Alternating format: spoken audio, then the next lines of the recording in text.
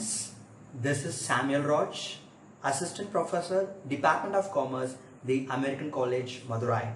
Now I am going to deliver a lecture about Reserve Bank of India. The course code CIT 1456, course title Banking Theory, Law and Practice. Hope you're all safe and you're all ready to listen my words.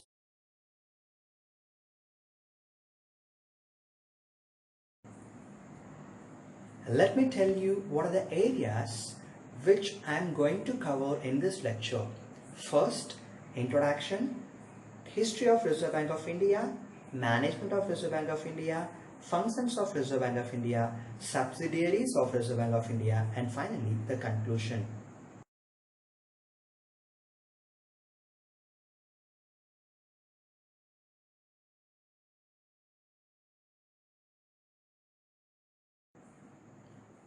First part, introduction.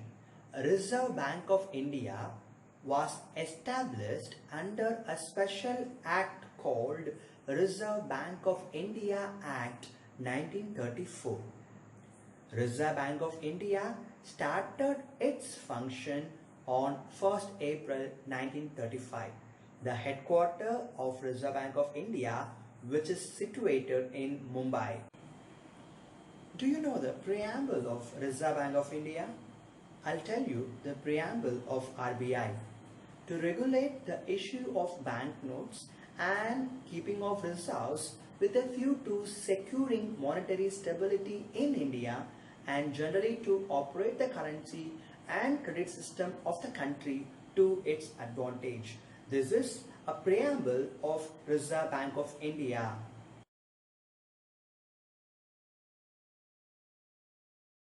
Hope you know him very well. Yeah, absolutely. He is a governor of Reserve Bank of India, Shakti Gandadas. He is the 25th governor of RBI. Now we move on to the history of Reserve Bank of India. In the year 1926, the Commission on Indian Currency and Finance, or Hilton N Commission, suggested to establish the Reserve Bank of India. Reserve Bank of India Act was passed in September 1934 and it started functioning from 1st April 1935. Originally, RBI was established as a shareholders bank with a capital of 5 crore divided into 5 lakh fully paid up shares of rupees 100 each. In the year 1948, Reserve Bank of India Transfer to Public Ownership Act was passed and the entire share capital of the bank was acquired by the central government against the compensation to shareholders. Rupees 118.10 per share were paid. From 1st January 1949, Reserve Bank of India began to function as a government-owned institution. Now we move on to the next part called Management of Reserve Bank of India. Do you know how the Reserve Bank of India, which is being managed by the central government of India? Let me tell you. Reserve Bank of India managed by the Central Board of Directors, which consists of 20 members. 1 governor and 4 deputy governors are being appointed by the central government of India. Do you know their tenure? 5 years, and they are eligible for reappointment also. The term of 4 directors nominated by the central government, 1 from each of the local board, is related to their membership in the local board. 10 directors nominated by the central government hold office for 4 years. 1 government official nominated by central government. Governor of Reserve Bank of India. The governor is the chief executive of the bank and the chairman of the board of directors. He has the powers of general superintendent to direct the affairs and business of the bank subject to the regulations made by the central board. The central board must meet at least 6 times in a year and not less than once in a quarter. What is local board? for each of the regional areas of the country, that is western, eastern, northern and southern area, there is a local board with headquarters at Mumbai, Kolkata, Chennai and New Delhi. The local board consists of 5 members being appointed by the Government of India. The functions of the board are twofold. 1. Advising the central board on such matters as may be referred to them. Second one, performing other duties delegated by the central board from time to time. Now we move on to the functions of Reserve Bank of India. Let me explain the functions of RBI one by one. The first function is monopoly of note issue. Under section 22 of the Reserve Bank of India Act, Reserve Bank has the monopoly right to issue currency notes in India. The functions of note issue, which is maintained through 2 departments, namely Issue Department and Banking Department. Issue Department, it holds assets against which currency can be issued. Banking Department, the issue of currency into circulation and withdrawal from circulation are regulated by the Banking Department. RBI maintains 18 issue offices and a network of 4,301 currency chest and 4,027 small coin deposits for performing the functions of issue and currency management. According to section 33 of the Reserve Bank of India Act, the assets of the issue departments against which banknotes are issued comprise of gold coins, bullions, foreign securities and bills of exchange and promissory notes payable in India and or eligible for purchase by the bank. What is proportional reserve system? For the first 20 years, the note issue was based on the principle of proportional reserve system. According to this, of total assets, not less than 40% was to consist of coins, bullions and sterling securities. What is minimum reserve system? With the amendment of the Act in 1957, the proportional reserve system was substituted by a minimum reserve system.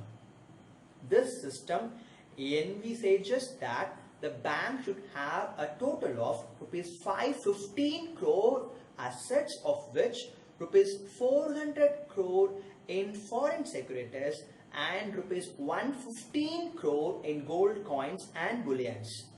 The Act was further amended in 1957, which prescribed that the aggregate value of gold coins, gold bullions and foreign securities held in the issue department should not be less than rupees 200 crore, of which the value of gold was not less than rupees 115 crore. Under the Banking Laws Amendment Act of 1968, these gold holdings were again revalued.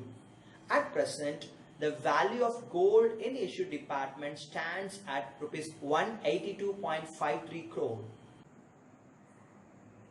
Second function is banker to the government. The Reserve Bank of India transacts the business of banking of the central and state governments by entered into separate agreements with the governments. Section 20, 21 and 21A of the Reserve Bank of India Act make this function an obligatory on the part of the bank. Accordingly, it undertakes to accept money, makes payment and also carries out the exchange remittance and other banking operations, including the management of public debt. It is attended by the Public Accounts Department of the banks at Bangalore, Chennai, Nagpur, etc. Now, the State Bank of India acts as a sole agent of the Reserve Bank, where the bank has no branch. The third function of RBI is advisor to the government. The bank advises the government on a wide range of economic issues. It includes banking and financial matters, resource mobilization, planning, etc. It also guides the government in connection with the flotation of new loans, small saving proposals, agricultural credit, industrial finance, and international finance. The fourth function of RBI is controller of credit. As the monetary authority of the country, the bank has the responsibility to regulate the money supply and to formulate and administer monetary policy. In the developing economy, money supply has to be expanded sufficiently to match the growth of real national income. In India, the rate of increase in money supply has been far in excess of the rate of growth of real national income. Government budgetary deficits for financing a part of investment outlays and expansion of credit by commercial banks are the two reasons behind the expansion of money supply. The next function is custodian of foreign exchange. Section 40 of the Reserve Bank of India Act imposes a statutory obligation on the bank on deal with the foreign exchange. In pursuance of the powers conferred by this provision, the Government of India has been prescribing by notification the maximum and minimum rate at which the bank is to purchase and sell sterling from the banks authorized to deal with foreign exchange. It holds most of the nation's foreign exchange reserve in order to maintaining the external value of the rupee, as it acts as the agent of the Government of India in respect of India's membership of the International Monetary Fund, that is IMF. It has to maintain fixed exchange rate with all other member countries of the IMF. Besides maintaining the rate of exchange of rupee, the bank also administers the exchange control and it is the custodian of India's reserves of international currencies. The next function is Banker's Bank. The Reserve Bank of India has the responsibility of developing an adequate and sound banking system for catering to the needs of trade, commerce, industry and agriculture. Under Reserve Bank of India Act 1934 and Banking Regulation Act 1949, the bank has been vested with extensive powers of supervision and control over commercial banks and cooperative banks. Its regulatory functions cover the establishment of banks, branch expansion and liquidity of their assets, management and methods of working, amalgamation, reconstruction and liquidation. Section 22 of the Banking Regulation Act imposes that every bank wishing to commence banking business in India must obtain license from Reserve Bank of India, and banks are also required to obtain permission for opening new branches. Under Section 35 of the Banking Regulation Act, the bank can at any time cause an inspection to be carried out by one or more of its officers of any bank and its books of accounts. Section 45 of the Act provides the procedure for compulsory amalgamation, and the banks have to obtain sanction for any voluntary amalgamation. The next function is lender of last resort. As per Section 42 subsection 1 of the Reserve Bank of India Act 1934, every scheduled bank is required to maintain with Reserve Bank of India a cash balance of ₹5% of demand liabilities and 2% of time liabilities. The advantages of centralization of cash reserves are it can serve as a basis of large and more elastic credit structure. It enables the bank to regulate and control the credit position in the country.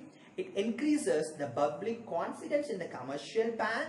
In the event of emergency, the banks can approach the Reserve Bank for financial accommodation.